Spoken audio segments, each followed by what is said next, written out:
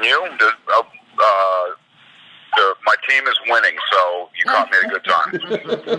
That's good news. What are you, basketball or baseball?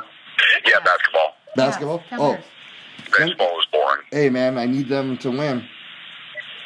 Oh, the Dodgers? No, I need the Cavs to win.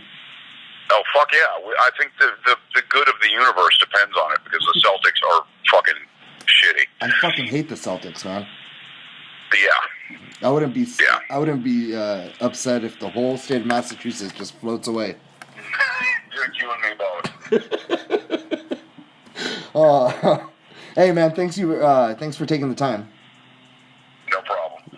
All right, we just have a couple questions. We're just trying to make a real kick-ass tribute, to the Warped Tour for the magazine. Excellent. And we're gonna be passing them out at the Ventura Warped Tour. Oh, okay. Yeah, sure. All right. I have 6 tours experience to talk about it. So. What has been your greatest memory from the tour? Oh shit.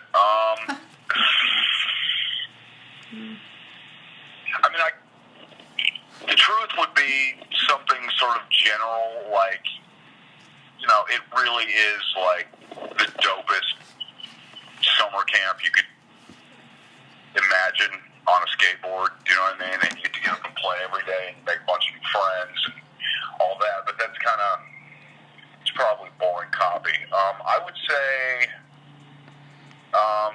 when we first did the Warped Tour in '96, we were getting a lot of heat from some of the other more, quote, punk bands because we were on MTV and shit like that.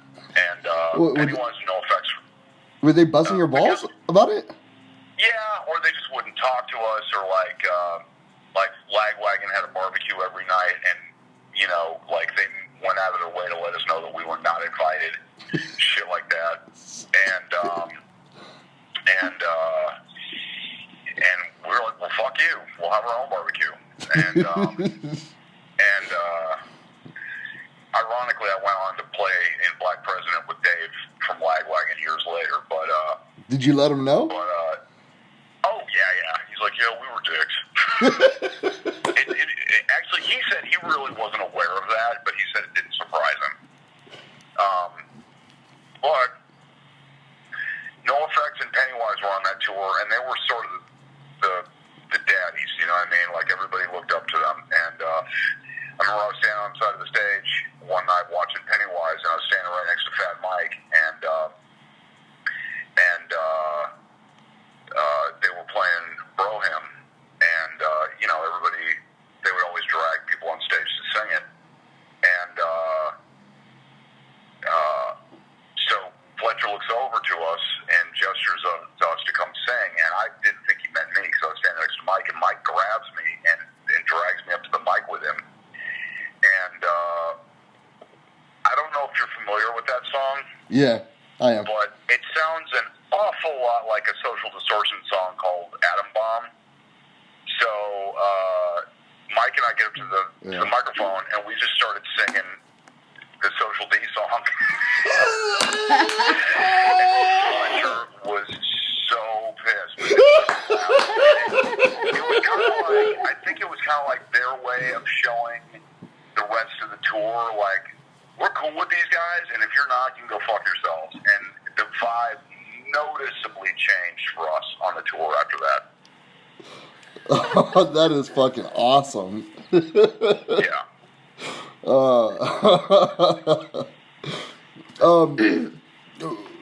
What is the Warped Tour meant for you in your career as an artist and a musician?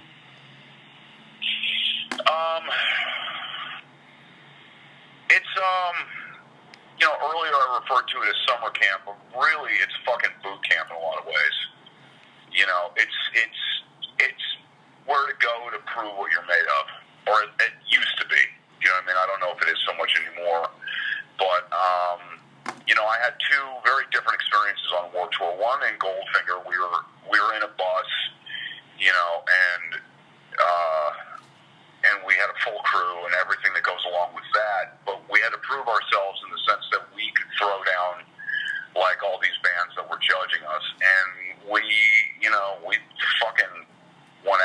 Great White Sharks. I mean, we did not fucking play because we knew we had something to prove, and we knew that we were being judged. So, you know, in that way, it tests you. And when I toured with Black President, it was just the four of us in a van, you know, and you park half a mile from your stage, and you're dragging your gear over fucking gravel, you know, in 104-degree Fresno heat, and you know, so that's a different kind of test, and you know, and we showed up for that too. So I would say it's invaluable for young bands, not only because it separates the men from the boys and the girls from the women, but in the sense that you're playing a real mixed bag. I know everybody complains that it's become metal or emo or Hot Topic or whatever, but you know, still in the last few years, it was a pretty diverse lineup. So, you know, not only are you proving that you can get up every day on no sleep and go do your show, but that you can appeal to people that may have never heard of you, that don't listen to your type of music. You know, and when you look to the back of the crowd and you see a bunch of kids with sideways haircuts getting into what you're doing, then you're doing your job. Sideways haircuts. Yeah.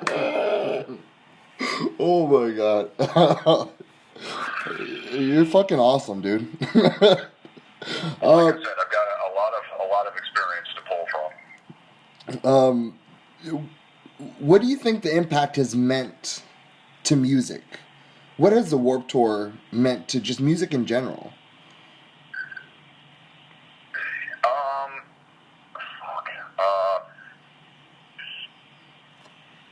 God, man. You know, in the way that bands can go out and expose themselves to different people, to different music, to different experiences, and make, hopefully, lasting friendships, I think that it's meant that for kids over the last 20-some-odd years. You know, I know people that have met at Warped Tour and gotten married. You know, I know people that have gotten jobs just because they went to Warped Tour a couple of years and they fell in love and they thought, you know what, this is what I want to do. And then they wound up, you know, developing careers in touring. I think it's, you know, for some people it has been really life-changing. And I have to say, hats off to Kevin Lyman, because he is so fucking hyper-aware of everything that happens on that tour. You know, there was a couple of years when some really ugly shit was going down with either skateboarders or bands and, you know, girls. And, you know, he crushed that shit. You know what I mean? He really made it as safe as possible environment as somebody in his position could for people that went to that tour and the people that work on there. Like, my experience going into the production office year after year after year was it was mostly women. You know, so it was a really valuable perspective when you're holding an event that draws a lot of 14 and 15-year-old girls. Not only that, but he was aware of who was working, how hard they were working, and he, to my knowledge, you know, he took care of people, and he really did. And you know, I really wish the industry had more people like him. Yeah, for sure. You answered like 3 questions in 1 question of mine. Okay. Okay. So I'm just gonna relate. You seem like you're a great fucking storyteller. Do you have another story? I'm a writer. Hey, you want to write for the magazine? All right. What's another fun story that you have about the Warped Tour?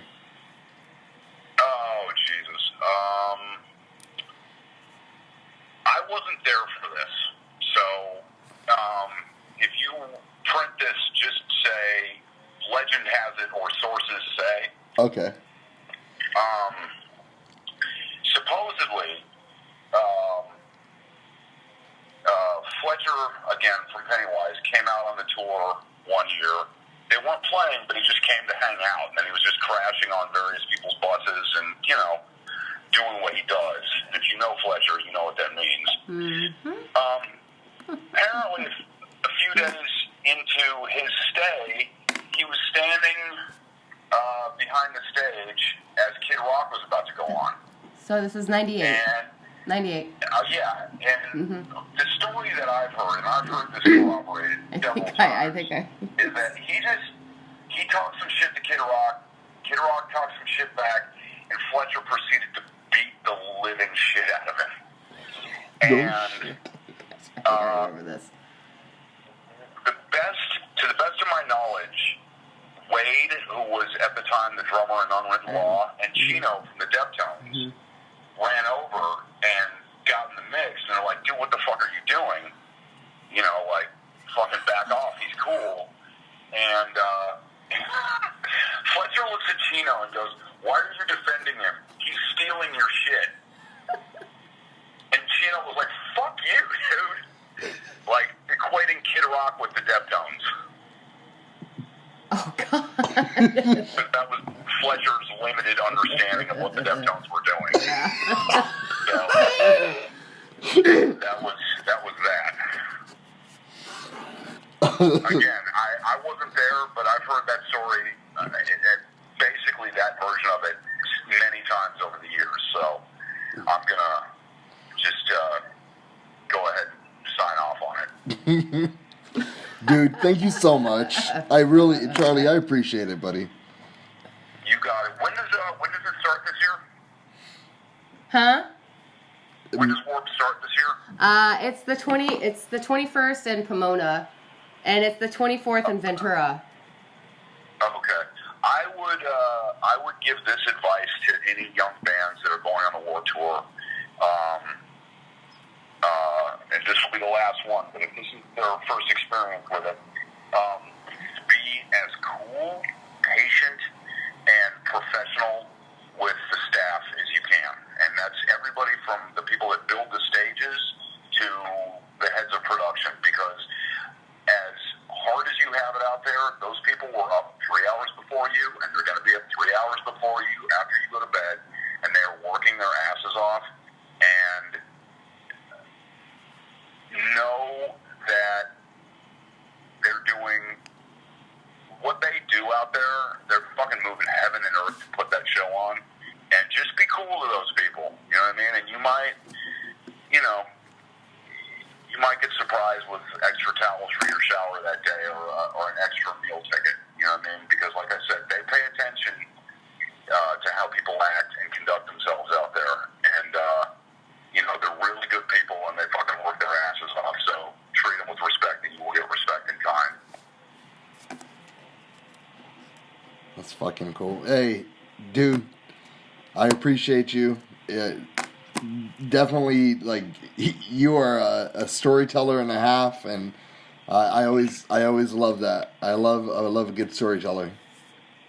Excellent, man. All right, man. Thank you so much, and go Cavs. Hey, yeah, absolutely. I'll what do you